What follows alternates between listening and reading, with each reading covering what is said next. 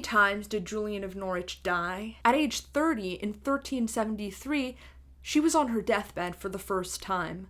After 7 days and nights of excruciating illness, she began to lose feeling in her extremities, began to lose the ability to speak. Her mother and her priest were by her side.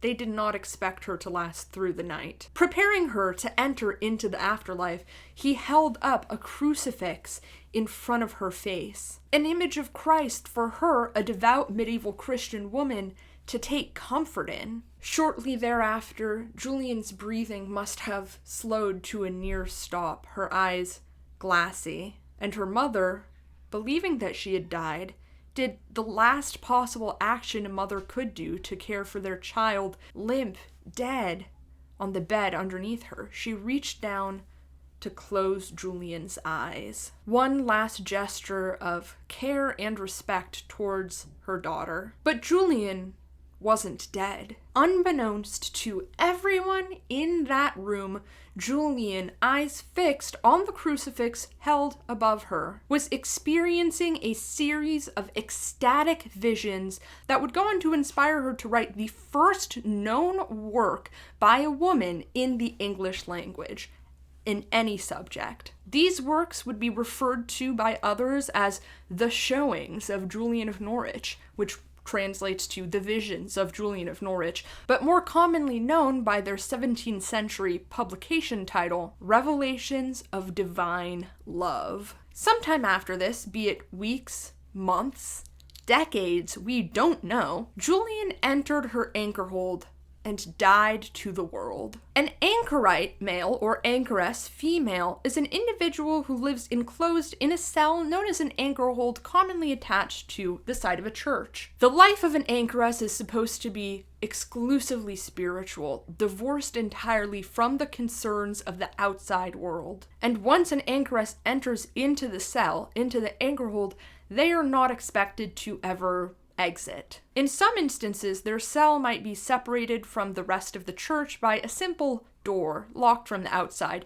In other cases, it would be completely bricked up. In some devout cities, when an anchoress or anchorite died, their body would be moved to clear out space in the anchorhold for any future inhabitants. But in other places, sometimes, when they died, the cell would just be filled in, burying the inhabitant wherever they died, however they lay, completing the symbolism of entombment within the anchorhold. As such, when an anchoress or anchorite was first enclosed, this was accompanied by a whole ceremony, which included last rites, a mass for the dead, in effect, a whole funeral service. This served a dual purpose. Symbolically, of course, it represents the ways in which the anchoress is dead to the outside world, but in practical terms, it also ensured that if the anchoress or anchorite died and nobody noticed right away, if they died completely alone,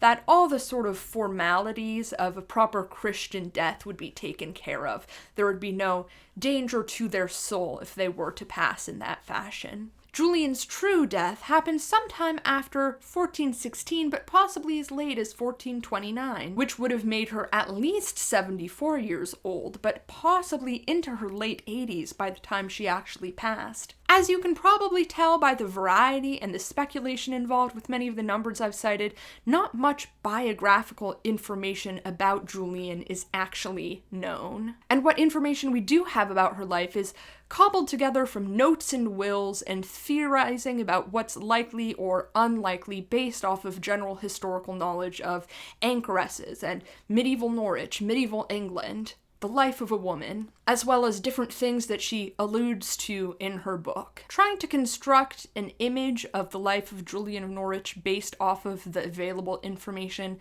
is like trying to construct a full portrait of someone based just off of a silhouette. And this is partially because her works, to a degree, died with her. At least one copy of her work seems to have been in circulation during her lifetime, but afterwards it pretty much disappears from the historical record, before being revived by a group of English Benedictine nuns in exile in France in the 17th century. The spiritual supervisor of this group of Benedictine sisters was looking for more reading material for them that was suitable for their womanly Christian interests, and he eventually came upon a copy of what we now refer to as her long text, which is the second of two drafts, one could say, of her work, and he distributed this among the sisters. It was first published in print shortly after that in 1670. Even after this rebirth took place 200 or 250 years after her own death, she remained sort of a niche figure until the early 20th century, when her work really exploded.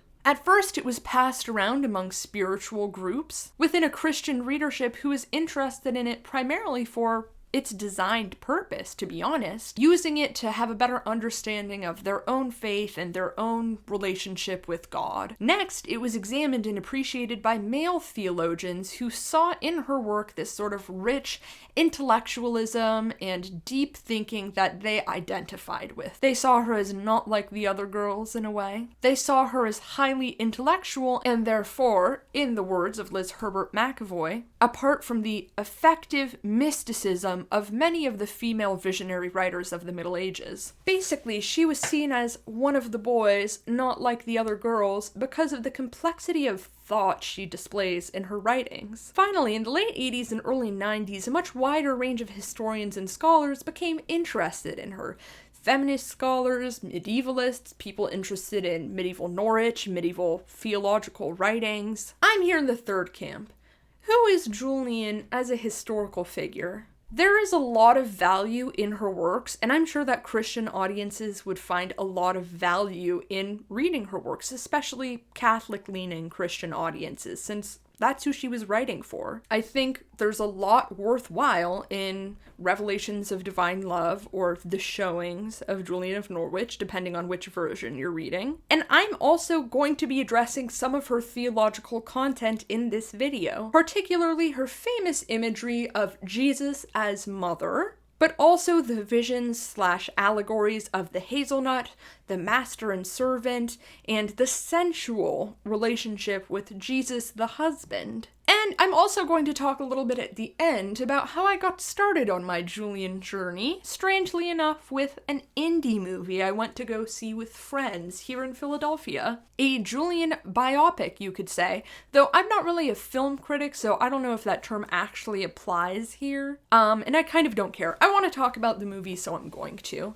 But before I get to all that, I want to take you back to medieval Norwich to talk about what we know about Julian, what we might speculate, and why or how any of that does or doesn't have relevance to the legacy that she's built, how we think of her as a historical figure. A few disclaimers for the real Julian heads out there before I get started. The version of the Middle English showings that I used, that I read for this, was The Showings of Julian of Norwich, edited and with a foreword by Georgia Ronan Crampton.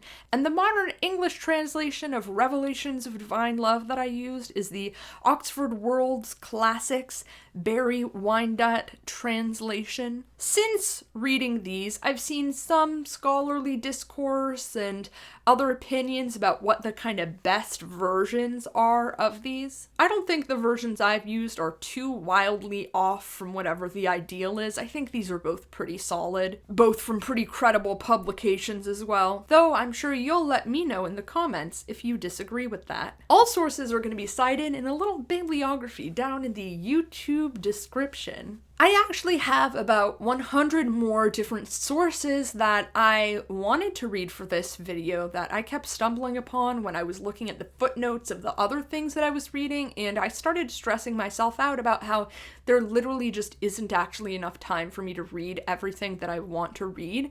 And then I remembered that I'm doing this for a YouTube video and I can stop whenever I want, and I probably should stop before it takes over and destroys my life. Also, you know what's historically accurate? not having central air conditioning and turning your fan off because it messes with the audio quality.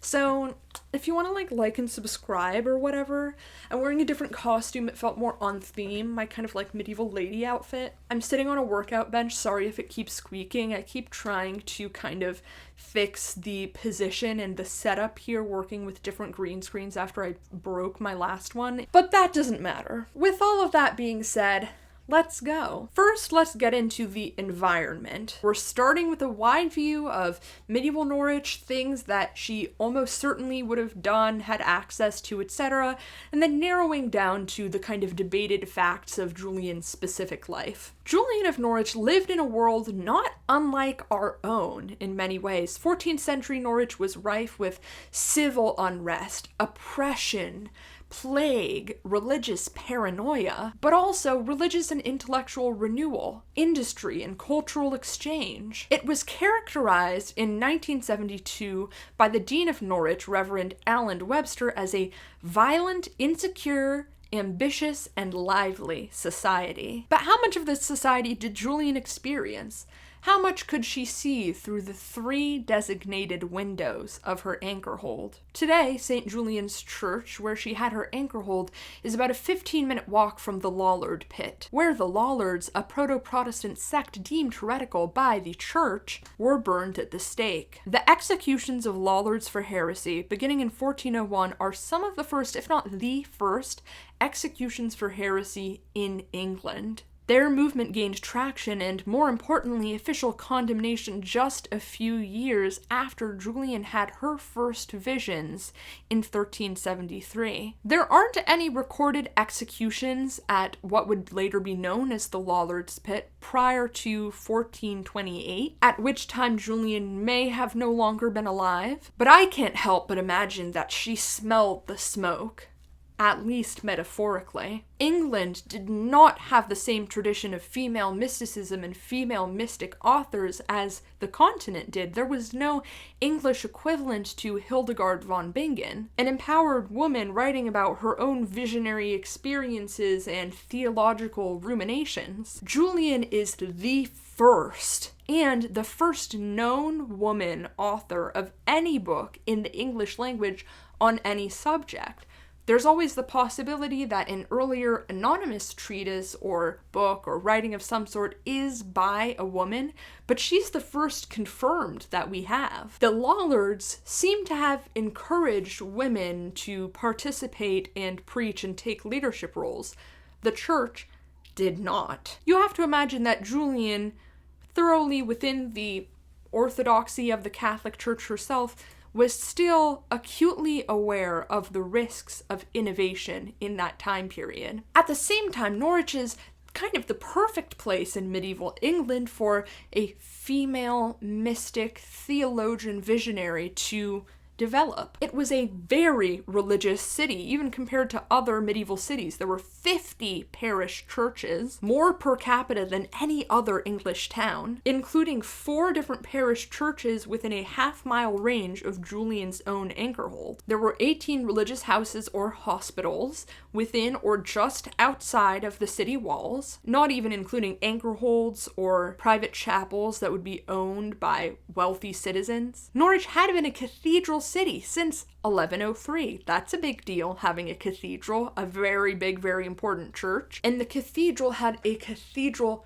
library. The Austin Friars were right across from St. Julian's Parish Church, and they had a private library. And there were several educational institutions, including a very well-known grammar school. Pope Alexander V even went to England, to Oxford, and to Norwich to study. In 1407, the library of Adam Easton, who was the champion of St. Bridget of Sweden and one of the people who pushed for her canonization, his whole library came over to Norwich from Rome. It was in 6 barrels, and it included 228 books. And around that time, possibly even earlier, the writings and other information about Bridget of Sweden, a mystic, visionary female saint, contemporary of Julian, would have started coming into the city as well. Towards the end of Julian's life, English institutional suspicion of female authors, female mystic visionaries, was starting to soften. From the 1390s, at the latest, there were the works of Bridget of Sweden, as I just mentioned, Catherine of Siena, who was active in Siena and Rome, works by Mechthild of Hackborn, and all of these were being translated into English. Works by Hildegard von Bingen and Elizabeth of Schonau were already in circulation, just in Latin. They weren't translated into English. And so there were points of reference, one could say, for a woman like Julian. Did this make a huge difference? Not necessarily. There wasn't a lot of canonization of female saints in England. Margaret of Scotland, who died in 1093, and Margaret of England, who died in 1192, were the last two women to be canonized on that island until after the Protestant Reformation. So while some continental European women authors enjoyed circulation of their works in England, Scotland, there wasn't really a mutual exchange there. England wasn't recognizing any of its own women, wasn't pushing for canonization of female saints from England or Scotland. And as summarized by Nicholas Watson, all this suggests that English women visionaries continued to be prophets without much honor in their own country, and none elsewhere. And I've described the process of enclosure a little bit, the anchor hold. There could be some variety of that. Some of them were bigger than others. Some of them were basically little houses that you couldn't leave. A lot of them were much smaller, like a single room. And we don't know exactly how big Julian's anchor hold was, though it seems like it probably wasn't very big, more on the little room side of things. Staying in there, was Julian even really isolated? Julian's cell was located in an industrial location near the busy quays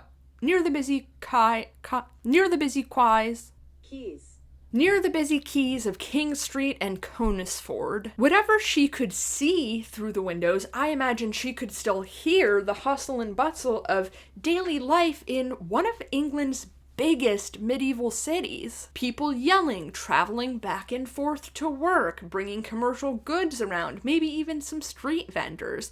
Plus, not to mention all the people shuffling in and out of St. Julian's Church, coming in for mass or confession or what have you, the various things that were centered around the church in medieval England. There was an expectation that anchoresses would be separate from society, but was this really reflected in reality? Anchoresses were kind of celebrated. It's such an extreme move to go for enclosure that they were seen as spiritually elevated, and so a lot of people would go to them for spiritual counsel. They might be involved in doing things like embroidery or sewing, doing help for people on the outside, whatever they could, writing letters, corresponding, fulfilling requests to pray for people, since praying for people who had passed, possibly in purgatory, was a big deal. They still had a role in the community, especially female anchoresses of this time period who typically were located in urban environments like medieval Norwich,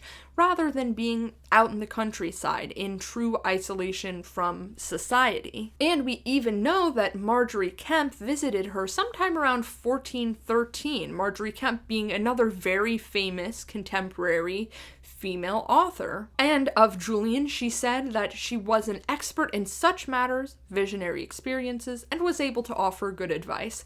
So clearly Julian had some kind of reputation circling around for her visions at that time. There are also references to her in wills that mention her and her two servants. I don't know if those were two servants that she had at the same time, or one and then another. They probably wouldn't have lived inside of the anchorhold with her. They could have had an adjoined space that they went in and out of, but that was also common for them to have servants because they need someone to come by and take the chamber pot out the window and dump it out. So in any case, she's still part of the community. So what do we know about who Julian was and when her works were composed? For a long time, the thinking was that she was a nun at Cairo, which was a convent nunnery in Norwich. And the thinking was that she had her vision in 1373, she wrote the short text right after, and then after a few decades had passed, she went and wrote the long text. The long text is kind of like a revised and expanded version of the short text. It's about 4 times longer, maybe 5, I believe. Why did people think this? Well, she refers to herself as unlettered, but she clearly does know how to read and write. Referring to yourself as uneducated, stupid, especially if you're a woman, was a pretty common literary convention of the time. But where would she learn how to read and write? Well, a lot of the people who did know how to read and write came from a monastic environment. And of course, it seems like maybe a natural leap for a lot of people because it's the religious life. If you're enclosed, it makes sense that maybe you already had some sort of religious inclination. Now, in response to this, there are some counterclaims from Sister Benedicta Ward. Some of her counterclaims are more compelling than others. So nobody refers to Julian as a nun. No one calls her Sister Julian. None of the bequests or wills that mention her, leave things to her, mention a nunnery or the nuns at Cairo or anything like that. And that would be expected because a nun, even if they become an anchoress, is still under the supervision and control of the nunnery. And I'm using nunnery here as a word because Sister Benedicta Ward used it, so don't try to tell me it's offensive right now. I'm copying the sister. But also it's because technically a convent is a type of monastic house and a monastery is a different type of monastic house, and neither a convent nor a monastery are actually gendered, so I feel like for a lot of people in America, especially, a monastery is where monks are and a convent is where nuns are. But monks can be at convents and nuns can be at monasteries. It really describes the function that they have in a community and how involved they are with the community. And so nunnery is used in this and in other literature I've read when it's not totally clear if something would be classified as a monastery or a convent or a priory or what else, because the most important thing that we're trying to convey here is that nuns lived there in a community. So that's a quick disclaimer there. People try to come for me on that one sometimes. People try to tell me it's, whatever Protestant anti-Catholic sentiment. By the way, Sister Benedicta probably begs to disagree. Anyway, there was a different anchoress / recluse at Cairo whose name was Juliana Lampett. So there's possibly some confusion there because there are wills and bequests to Juliana Lampett, but those reference her and also other people. So the will would say something like, I'll give 1 pence to Juliana and I'll give 2 pence to the other sisters. That kind of thing would be common. Versus the wills that have Julian of Norwich in it, which do not say that. They say Julian, and then they say her servants every once in a while. Something else. People were thinking that maybe Julian would learn to read at Cairo. Cairo didn't take children, so they didn't have a school. Technically, the nuns could teach each other, but the idea that there was a school at Cairo, according to Benedicta Ward, seems unlikely. According to Benedicta Ward, no school. They also weren't super reputable, and if they did have someone like Julian of Norwich there who is a female mystic visionary, that probably would have helped them rehab their image, so they probably would have made kind of a big fuss about it. In 1396, the prioress Edith de Wilton was prosecuted for giving sanctuary to a murderess, someone who was a woman who killed William Coe of Trouse. And then in 1443, due to more mismanagement of the house, control was handed over to a gentleman for a few years. So they weren't doing super well, and if they had the opportunity to make a big fuss out of Julian of Norwich, they probably would have. And if Julian of Norwich was associated with a monastic institution like that, which probably would have had some sort of established scriptorium,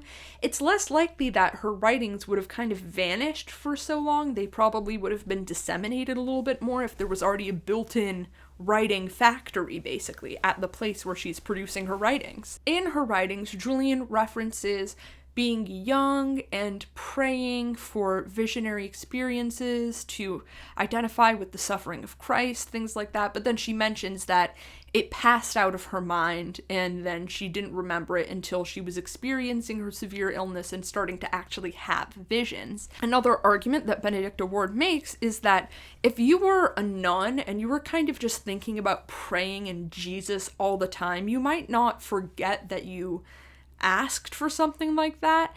But if you were living on the outside, if you had a family, you were working, doing various things, you were occupied with things other than just sitting and literally thinking about Jesus all day, then you may in fact forget that for a while. One claim from Ward that I'm not totally sure about, she indicates that the plague came when Julian was young, and because of the plague experience, when something like that happens, people are more inclined to go for marriage and go for having a family compared to living in isolation or joining a convent, joining the monastic life. To me, I don't know if I 100% feel like I agree with that, just because in my mind, what about praying for the souls of the dead? What about fear? What about all of these religious institutions or movements that popped up specifically in response to the plague? Thinking of like the Bianchi of Italy and things like that. So there were a lot of religious associations and responses to the plague. I don't know if, to me, it feels like that necessarily points one way or another, because there were religious responses to the plague as well. Also, and this was not from Ward, but other sources, Norwich did have a grammar school, and many English anchoresses came from the nobility or especially from the upper bourgeois. And if she was married or came from a bourgeois family, she may have learned how to read and write to help her family with business, help her husband with business. Norwich was more educated than a lot of cities, and so it doesn't seem to me like that would have to happen in a monastic environment. In terms of dating the works, again, remember the historical narrative was that the short text was written right after her visions, fresh in her mind, and then later she had some more visions which helped clarify her previous visions, and she wrote the long text following that in 1390s, something like that. Nicholas Watson presents a compelling counter-argument, or a different proposal, a different theory of when these could have been written. According to him, the short text would have been written in 1393, which is quite a lot later than many had previously indicated, and the long text in the early 15th century, the 1400s. The short text dating is based off of what she chooses to emphasize to make her orthodoxy and alignment with the institution of the church very clear. It seems like she's kind of responding to the paranoia about heresy and the Lollard movement. As discussed earlier, as I mentioned briefly, that movement did start happening a few years after her visions, and so it wouldn't make sense if she wrote it immediately after for her to be emphasizing that, because that wasn't really a concern yet. It wouldn't make sense for her to preemptively anticipate heretical criticism before the heretical movement was prominent. I'm sweating so much. And she had at least some local celebrity. There was a copy of the short text that was circulating that had been copied around the year 1413. And it seems likely that a copy of the short text would be circulating if the long text hadn't been completed yet. Now, it's also possible, as Watson mentions, that, with concerns about heresy, maybe backing away from English language and things like that, that she had written the long text and it was just being suppressed. She was suppressing it because of more concern for heresy. But it also seems likely it just wasn't done yet. She's still working on it, or else they would have done that one. Historically, even the name Julian has been subject to conjecture. St. Julian's Church was named that before she was there. She's also not a saint. She's never been sainted, even though she's referenced in the catechism. So some people have speculated historically that maybe she took on the name Julian at the time that she entered the enclosure there, because she was trying to pay homage, because a lot of nuns or monks will choose a new name, kind of like how the Pope chooses a new name when they enter the spiritual life. Barry Wyandotte, in his preface to the version of Revelations of Divine Love that I read kind of argued against that, because he was saying there isn't really a tradition of anchoresses naming themselves after the church that they're attached to, and also Julian was just like a common girl's name, so maybe her name was literally just Julian. There's also a common image of Julian with a cat. If you look her up, you may find images of Julian with a cat. There is no proof that she ever had a cat. This probably comes from the Anchoresses Wis, also known as the Anchoresses Rewel, which was a 13th century anonymous manual for enclosed women. It was written for 3 sisters who were getting enclosed together, and in that it says, you can have a cat. You can't have a cow, but you can have a cat. I don't know why those are the 2 options. One of those is much more practical than the other, but based off of that, there has been an association of anchoresses with cats, and so it's possible that she had a cat, but there's no proof of that. And anyway, I do have to say, all of this is speculation. You can interpret what you think is most likely based off of the various theories proposed. I think Watson's proposed timeline makes a lot of sense. I don't necessarily think that means she wasn't enclosed when she composed the short text. For example, Sister Benedicta Ward says that the short text was maybe composed while Julian was still in a domestic environment, if she was married, if she had children. I think that's possible. I also think it could have been composed after she entered her enclosure. I don't know that if she lived on the outside for longer either, that necessarily means that she was married and had children. Of course, it's the most likely life course for a medieval woman to get married and have children, but as stated by Anne Clark Bartlett, the concept of a mixed life in late medieval times was getting popular. That was sort of alternative options for women who couldn't enter a convent or anchor hold who otherwise might have liked to. Walter Hilton wrote a treatise on the mixed life in the late 14th century that sort of addresses this. So different ways women could engage with monasticism, engage with spirituality without making that level of commitment. And in practice, many women might have moved between different categories like solitary, nun, wife, widow, etc., depending on the seasons of life, if they had aging parents that they wanted to take care of, if they had work, or if they did get married and have kids. To me, being an anchoress is already such an extreme choice that it's plausible to me that she would have been living in celibacy before entering, and that was her kind of form of devotion. Who's to say? It is frustrating not to know, but it's also intriguing. And maybe as Julian would have wished, the fact that we don't know that much about her life forces her theology to the front. We have to engage with her works because we can't engage in the same way with her biography. So, let's get into the works. Let's get into the theology. Here's a warning.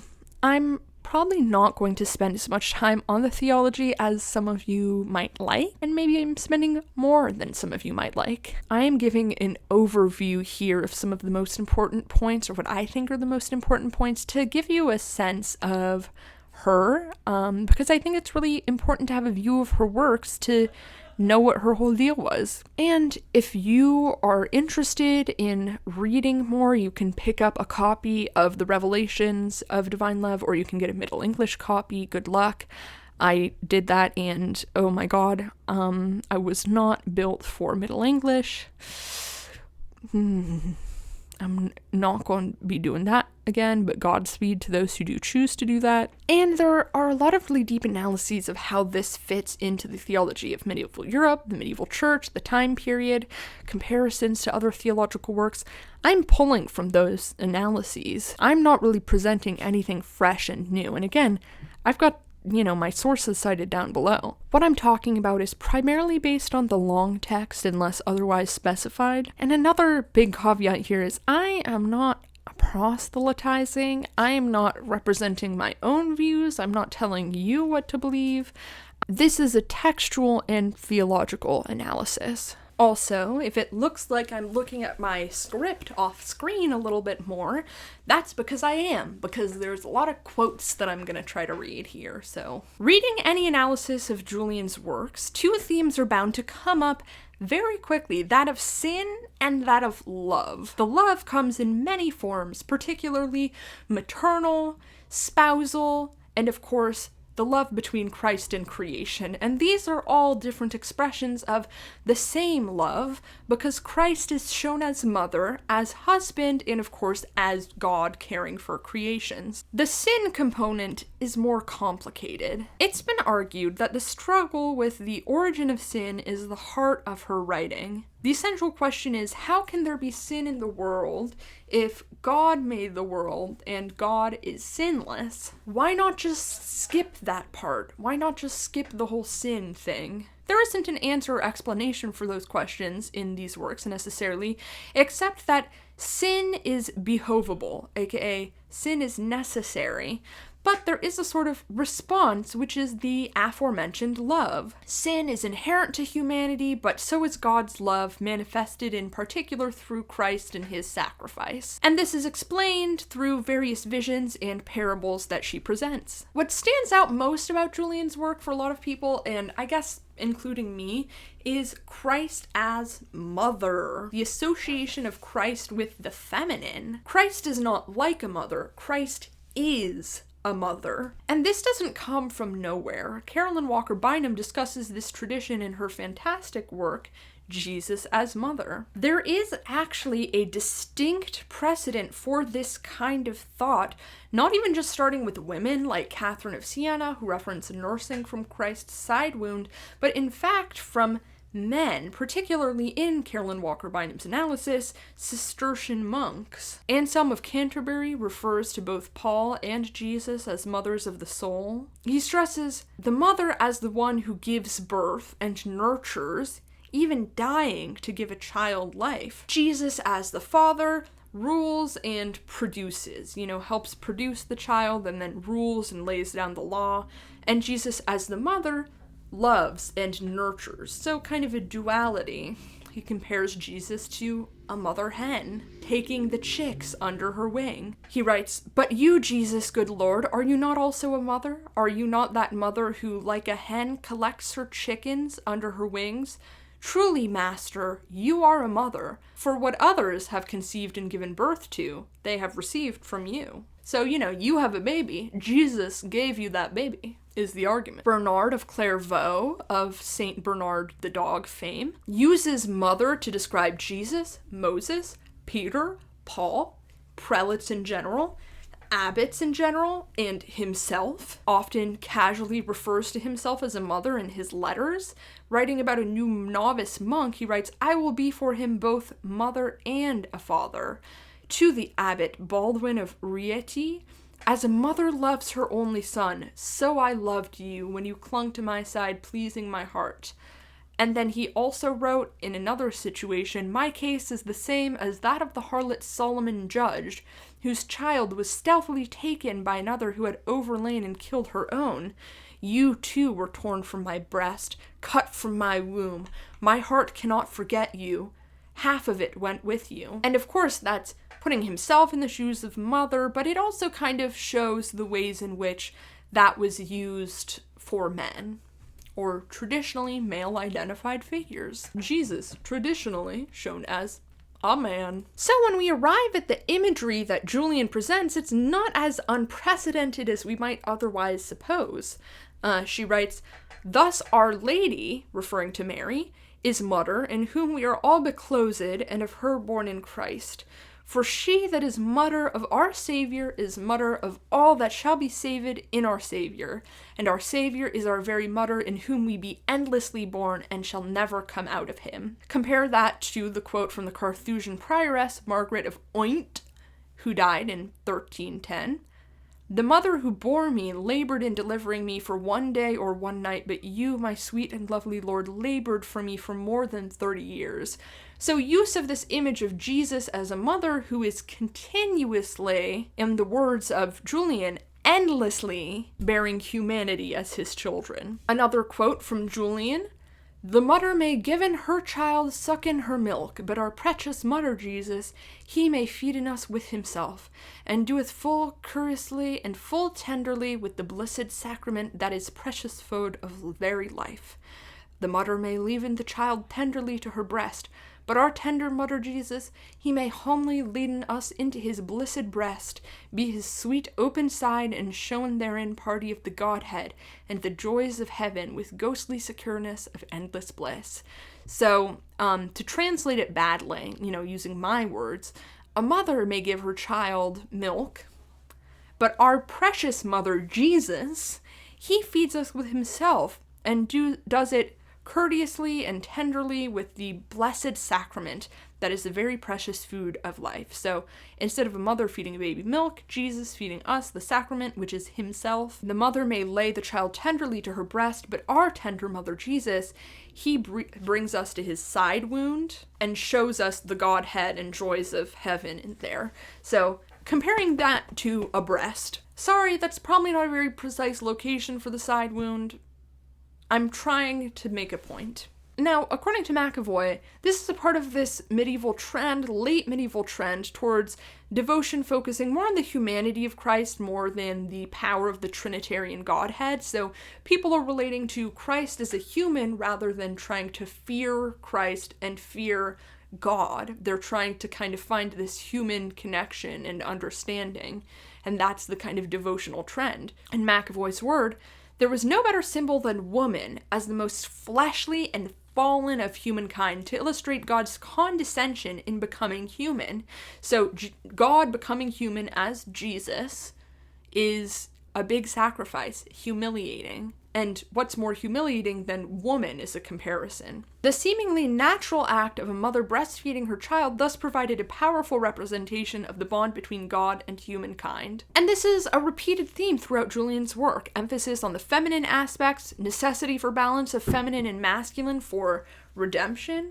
12th century theology and canon law introduced a new emphasis on marriage's sacrament. So prior to that, it was described as a sacrament, but it wasn't technically a sacrament. So marriage being something that's acknowledged as good and a way towards salvation allows for more of a path forward for women to do something, because women are seen as bad. So marriage and motherhood being kind of honored in a way creates this new space for these kinds of analogies and metaphors, as well as an increase in saints' lives emphasizing the roles of mothers. Now, this can also be linked to the story of the vision of the hazelnut, which Julian includes towards the beginning of her text. She says, "He showed a little thing the quantity of an hazelnut in the palm of my hand, and it was as round as a ball.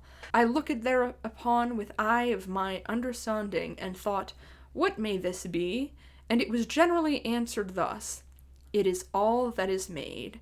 This is one of the central pieces to come out of this work. The idea that even something small is important because God made it. God made everything. Everything is important, including something as small as a hazelnut. Hazelnut was also a common kitchen measure, so if you don't have a commercially produced tablespoon, say like, oh, use a hazelnut worth of flour or whatever. It's also referenced in the Song of Songs within a somewhat erotic context, but as McAvoy points out, it also contains all the future generations of nut. One nut, unless it's roasted for eating, contains all of the future nuts of the world, basically. You have a nut, you plant the nut, it becomes a tree, the tree has more nuts. And so that connects back to the feminine womb analogy, the birthing analogy as well. As McAvoy says, it will bring forth a new tree infinitely larger than itself and infinitely more powerful. Such was the womb of Mary, which housed the world's salvation within it, and such is the womb of those women who will give birth to future generations of even Christen. Even Christen is what Julian calls her fellow Christians. Mine even Christen. All mine even Christen. Or even Christen. I don't know. I'm sorry. My Middle English is not good. And of course, the idea of the womb and maternity also links to confined space, links back to enclosure. And of course, her being enclosed, that's a whole thing. The author of the anchoresses, which I mentioned earlier, wrote, "And was he not himself a recluse in Mary's womb?"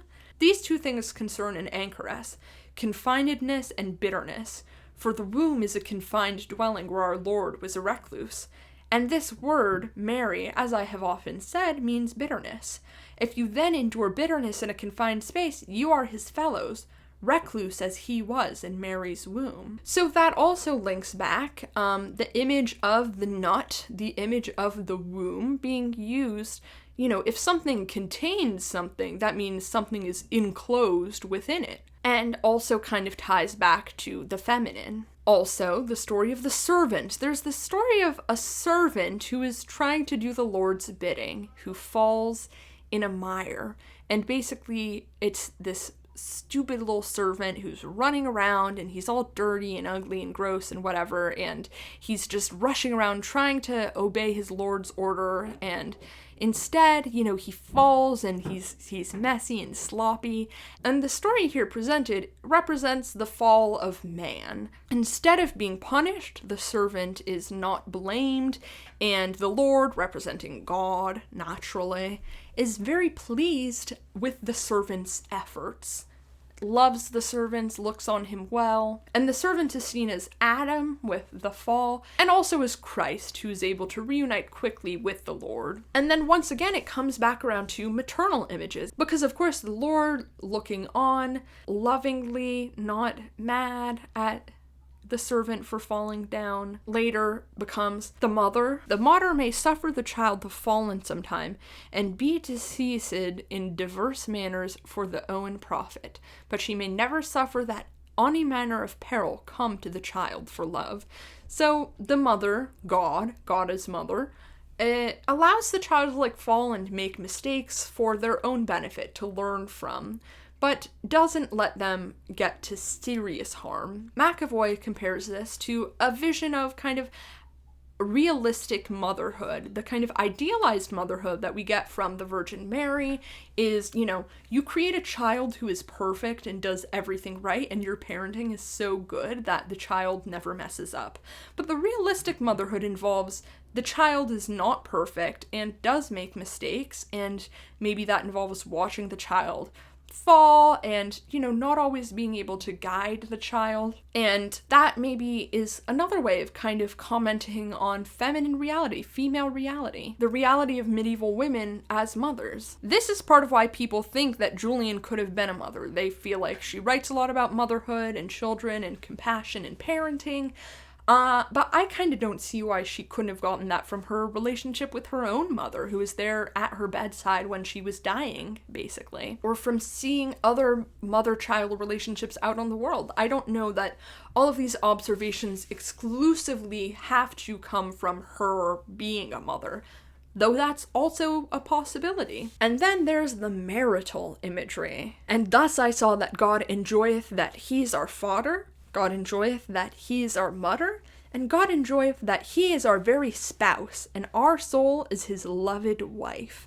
With female mystics especially, it's very common for there to be some sort of pseudo-eroticized kind of marital imagery, the idea of being married to Christ, especially when it comes to nuns, because, nuns are married to Christ, right? So it's very common to see that kind of thing. And this is another component of the relationship that Julian describes with God, which basically is that humans are all things to him, and he is all things to humans. God is all things to her, including mother, father, husband, and she is, I guess mostly just child and wife to God, but multiple things. A lot of this is about joining up with Christ too, and she says, and in the knitting and in the wonning, he is our very true spouse, and we his loved wife and his fair maiden, with which wife he is never displeased, for he saith, I love thee, and thou lovest me, and our love shall never be departed unto. So, mutual love.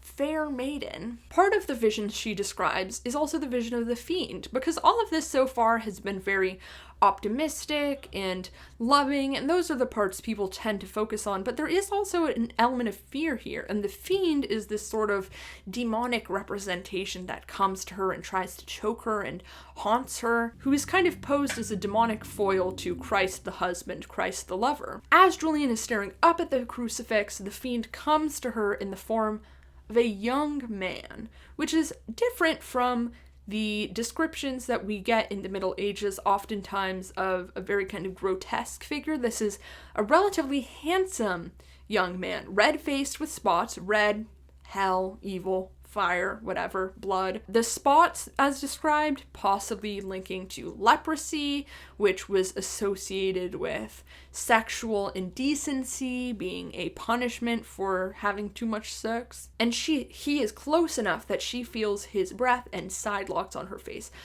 Because, of course, the devil has side locks in the Middle Ages, and this representation is part of a very anti-Semitic trope. We don't love that. It is the Middle Ages, so I'm not surprised it's there.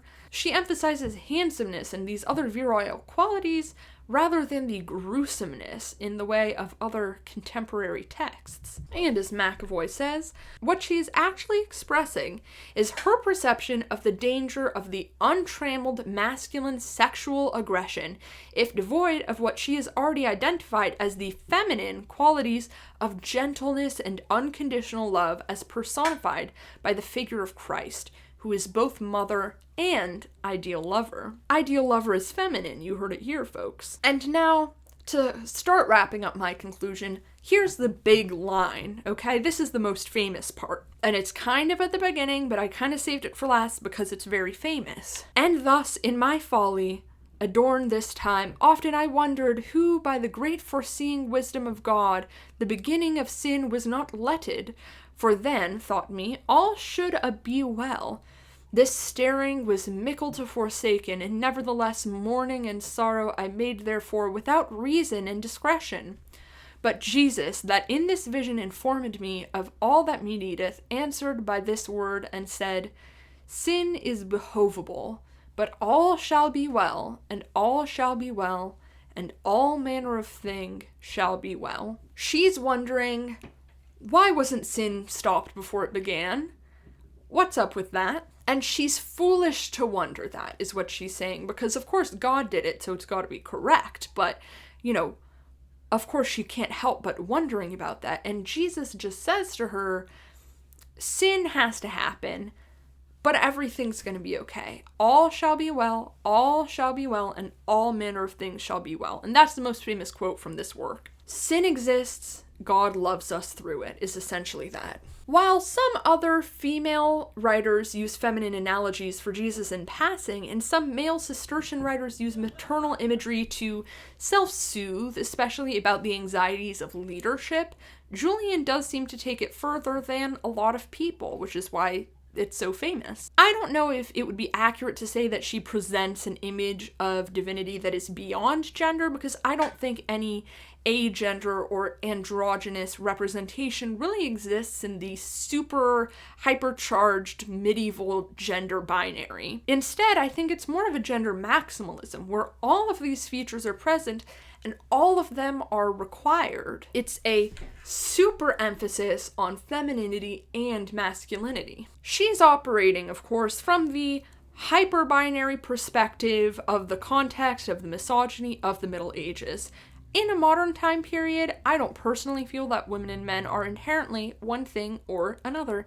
That femininity is inherently one thing, masculinity is inherently one thing.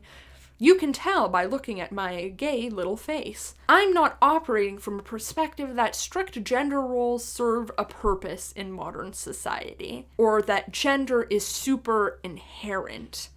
I'm more in line with the Judith Butler school of thought that gender is more or less a performance, but I do feel like even in this framework there is appeal to the idea that divinity essentially encapsulates all expressions of gender. And within the time frame that Julian of Norwich is writing in, and her contemporaries, as well as those 17th century English nuns who were in exile preserving her writings in France, this feels like an especially important argument. Much of Christian theology historically has indicated that Adam, man, is the center of humanity, and Eve, created from his side, is an accessory. This goes along with the ancient Greek scientific beliefs that persisted into the Middle Ages that women were essentially defective men. Men were the gender that was created, the sex that was created, and women are defective versions of that. So the kind of standard baseline is a man. And then, of course, Eve brings sin to humanity.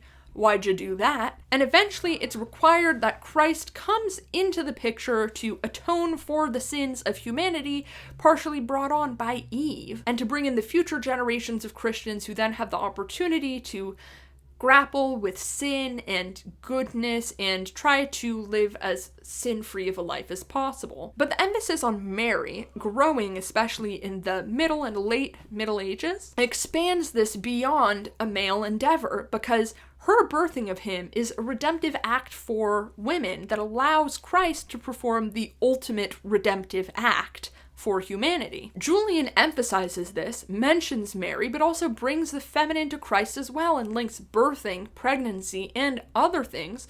For example, the labor of childbirth, one of the punishments for Eve's sins for women, as a necessary redemptive salvific act, links the suffering of women in childbirth to the suffering of Christ on the cross, and links the suffering that women undergo for the edification of humanity with Christ also undergoing pain for humanity. And so, in a way, allowing her to create a sort of equalization of gender to a certain degree within that context.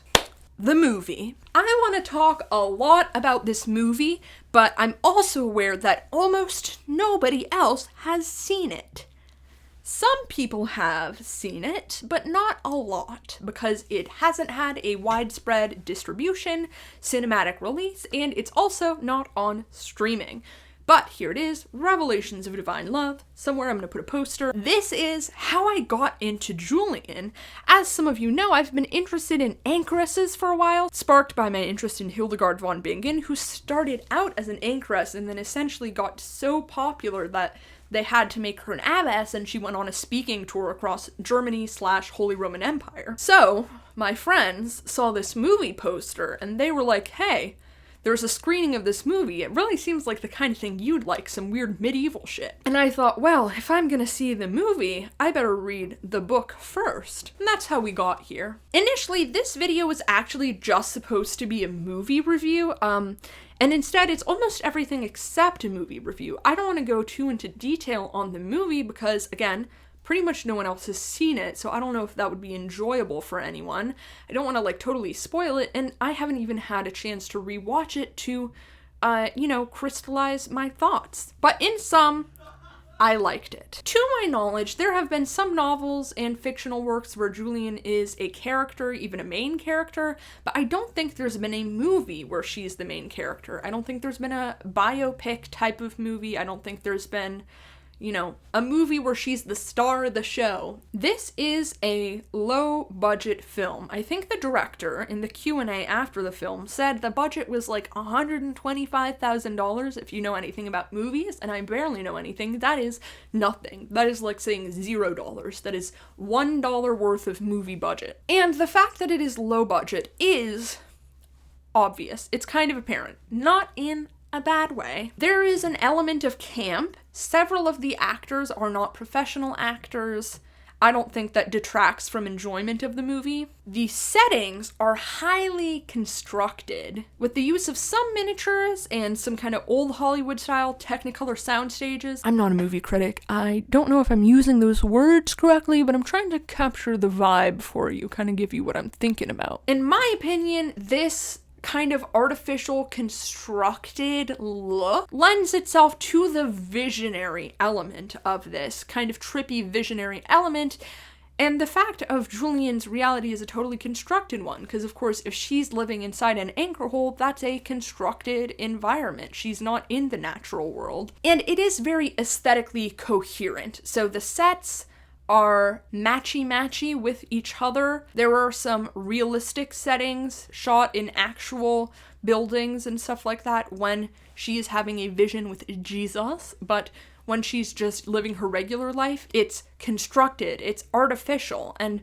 also that, of course, lends itself to the interpretation of Julian's visions, where the ultimate reality is connection with Christ, and everything that we're doing on Earth is, not quite. But I do think it's very vital for it to be aesthetically coherent if you're going to use things that are so obviously artificial, and It is, and it works, and it's nice, and I liked it. This movie presents a version of Julian who enters the anchor hold shortly after her visionary experiences and begins writing immediately. She isn't married, she doesn't have children, she's from a bourgeois background. All of that's within the realm of possibility, you know, based off what I told you before about her biography, remember? There are a few plot lines that I think are possibly historical leaps involving the plague and implied involvement in the peasants' revolt that took place during her lifetime. I don't think those things exactly line up with the historical vision of her, but I'm not mad at it. For the most part, things are really quite in line with the understanding or, you know, historical speculations about Julian's life. Attention was paid to the accuracy of the costuming, which I appreciate. I hope you can't see my safety pins, and if you can, pretend you didn't. The casting of Jesus, I believe I recall the director saying in the Q&A, was based off the images of the Fayum sarcophagi portraits or mummy portraits, sorry for the pronunciation, which are some of the few surviving portraits we have of people from the 1st century and 2nd century, so very close in time period to when Jesus would have lived. Of course, those are from Egypt, understood to be depicting people from mixed Egyptian and Greek descent, but it is also from a region which was a Roman province, in the way that Jerusalem also was a Roman province. So in terms of establishing what a historical Jesus would look like, it's not bad. It's more accurate than white Mormon Jesus, okay? And I also appreciate that there was a degree of thought into the historicity there. You can squabble with, like, the region and exactness and, you know, if there's other information sources, but the fact that it is taken from a really well-recognized kind of historical source and a genuine attempt for historical accuracy, I think that deserves to be acknowledged in a positive way. Sorry, we're getting to the end of the video and my energy is crazy. I feel insane. Jesus and Julian's visions of him are central, and her life kind of revolves around that, which feels appropriate given the fact that she's known for her visions of Jesus. I will note this is a film made by a widely mixed faith production team, and therefore it does not come across very preachy or like it's trying to convince you of anything. It is just kind of a really accurate, as much as you can be, representation of a lot of Julian's visionary experiences with Jesus. And of course, her message comes across, you know, which is positive about Jesus's love, all of that sort of thing. But I would say that you can go into this with varying faith backgrounds and take something away from it. It's not really a Christian movie exactly. There's a broader appeal. The sensual relationship she has with Jesus and the wife-husband kind of dynamic probably is a bigger implied factor compared to the analogies of maternal Jesus. I think that makes sense because it's easier to kind of convey that to an audience visually, and I think that's easier for an audience, a modern audience, to relate to as well. Anyway, I was a big fan of this movie. To be upfront, I am pretty easy to please, and especially if there's effort towards historicity with costumes over, like, just having a sexy corset, you have my heart. Everyone wants to be sexy at the Ren Fair and have fun with their friends. Nobody is doing the wimple these days. I haven't been to a Ren Fair. I would love a corset. Whatever. I would wear it. I'm not here to judge anyone. What I'll say is I went in having read Revelations of a Divine Love, went with two friends who have none of the background in medieval whatever or in Revelations of Divine Love, the text, and they also enjoyed it. So here's the movie's Instagram. If it's ever available for streaming, I'll probably put a pinned comment or something. I don't know how to do that. I've never done that before. This channel is new, you guys. You know that. I don't know what I'm doing. But you can check the Instagram and see if there are any screenings near you. If there are any French people watching, or French-speaking people watching, I was interviewed for an article about medieval lesbian nuns in Le Cri magazine, and that edition était publiée récemment. So if you want to check that out, I'm also going to put a screenshot up probably. What's the conclusion here, other than me being sweaty and losing my mind because it's been 2 hours? This is the longest recording I've had. I'm sure it's going to edit down to 45 minutes or something like that. Julian of Norwich is really cool. Trying to understand the choices that lead someone to become an anchoress is difficult, but also just understanding the concept of an anchoress and how that interacts with society in the Middle Ages is its own challenge. I've been very interested in anchoresses for a while, and she's a very interesting particular case study, especially as someone who's really regained popularity a lot in the 20th century, which we actually see for a lot of female authors from the Middle Ages, that their work kind of goes through this period of slumber. Hildegard even is also like that. Her work kind of quieted down and got revived in the 19th century. Marjorie Kemp, her work kind of faded out and was brought back in full form in the early 20th century, I believe. And what's interesting is I think for a lot of works that were written so long ago that get lost and then get brought back, they don't have the same level of popularity. What's interesting is how much people connected with this work of Julian more than just being interested in her as a historical figure. It started with engagement with the work. And then following that is the resurgence and interest in her as a historical figure and the context of her times and how she lived.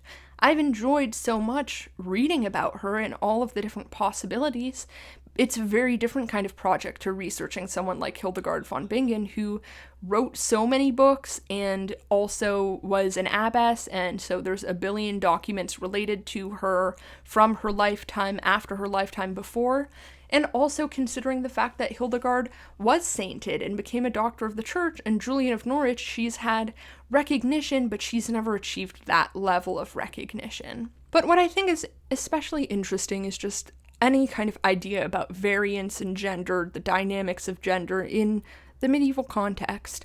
Jesus as mother is not something that I was really familiar with before I started on this long research project that I've been doing for several weeks, and I think it's something that would give a lot of modern Christian men a heart attack.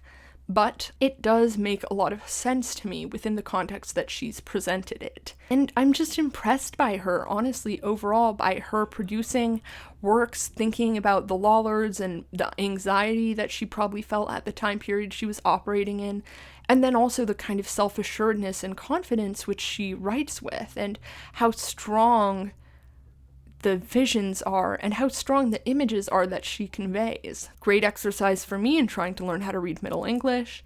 I'm gonna probably avoid that for a while. We're gonna see how long that lasts, but glad I did it.